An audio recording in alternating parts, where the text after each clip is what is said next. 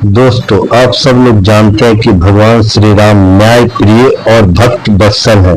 भगवान श्री राम को मर्यादा पुरुषोत्तम कहा जाता है। इनके 3 भाई और थे, लेकिन तीनों भाइयों में लक्ष्मण सबसे प्रिय थे। अपने बाल्यकाल से श्री राम की परछाई बने रहने की परीक्षा तब सामने आई जब श्री राम को 14 वर्ष का वनवास हुआ। यद्यपि भगवान लक्ष्मण को वनवास नहीं हुआ था, परंतु वे फिर भी वन को साथ गए। इसके अतिरिक्त दुर्वासा ऋषि के आगमन पर श्री राम के वचन बंधन के कारण लक्ष्मण जी को मृत्यु दंड मिला।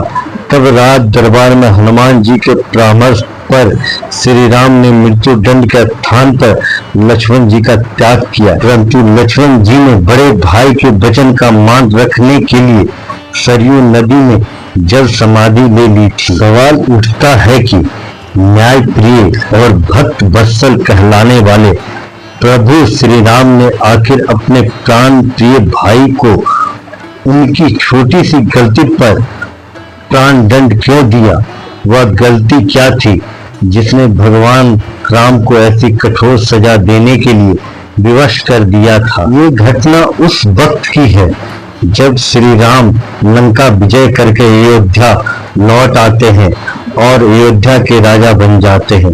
एक दिन यम देवता कोई महत्वपूर्ण चर्चा करने श्री राम के पास आते हैं।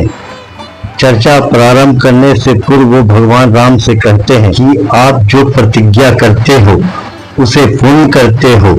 मैं भी आपसे एक वचन मांगता हूँ कि जब तक मेरे और आपके बीच वार्तालाप चले तो हमारे बीच कोई नहीं आएगा, और जो आएगा उसको आप मृत्यु दंड देना पड़ेगा। भगवान राम यम को वचन दे देते हैं। राम लक्ष्मण को यह कहते हुए द्वारपाल नियुक्त करते हैं कि जब तक उनकी और यम की बात हो रही हो वह किसी को भी अंदर ना आने दे, अन्यथा उसे उन्हें मृत्यु दंड देना पड़ेगा। लक्ष्मण भाई की आज्ञा मानकर द्वारपाल बनकर खड़े हो जाते हैं। लक्ष्मण जी को द्वारपाल बने कुछ ही समय व्यतीत होता है, वहां पर ऋषि दुर्वासा का आगमन होता है।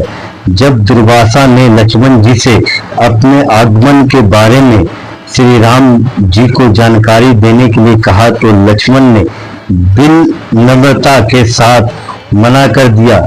इस पर दुर्वासा क्रोधित हो गए तथा उन्होंने संपूर्ण योद्धा को श्राप देने की बात कही। लक्ष्मण जी समझ गए कि यह एक विकट स्थिति है जिसमें या तो उन्हें राम आज्ञा का उल्लंघन करना होगा या फिर संपूर्ण नगर को ऋषि के श्राप के अग्नि में झोंकना होगा। लक्ष्मण जी ने शीघ्र ही यह निश्चय कर लिया कि उनके स्वयं का बलिदान देना होगा ताकि वह नगर वासियों को ऋषि के श्राप से बचा सके।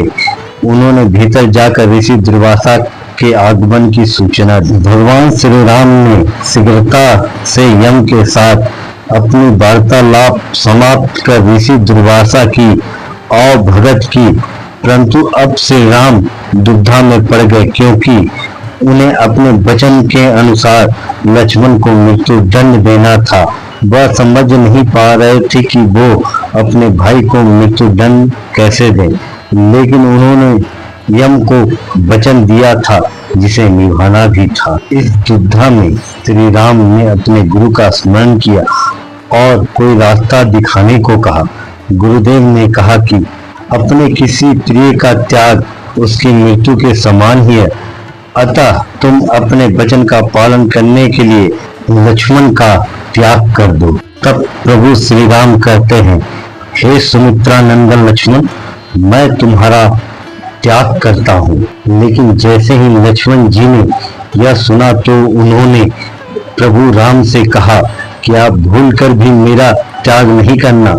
आपसे दूर रहने से तो अच्छा है कि मैं आपके वचन का पालन करते हुए मृत्यु को गले लगा लूं। ऐसा कहकर लक्ष्मण जी ने भगवान श्री राम को प्रणाम किया और सरयू नदी में जाकर जल समाधि ले लिया।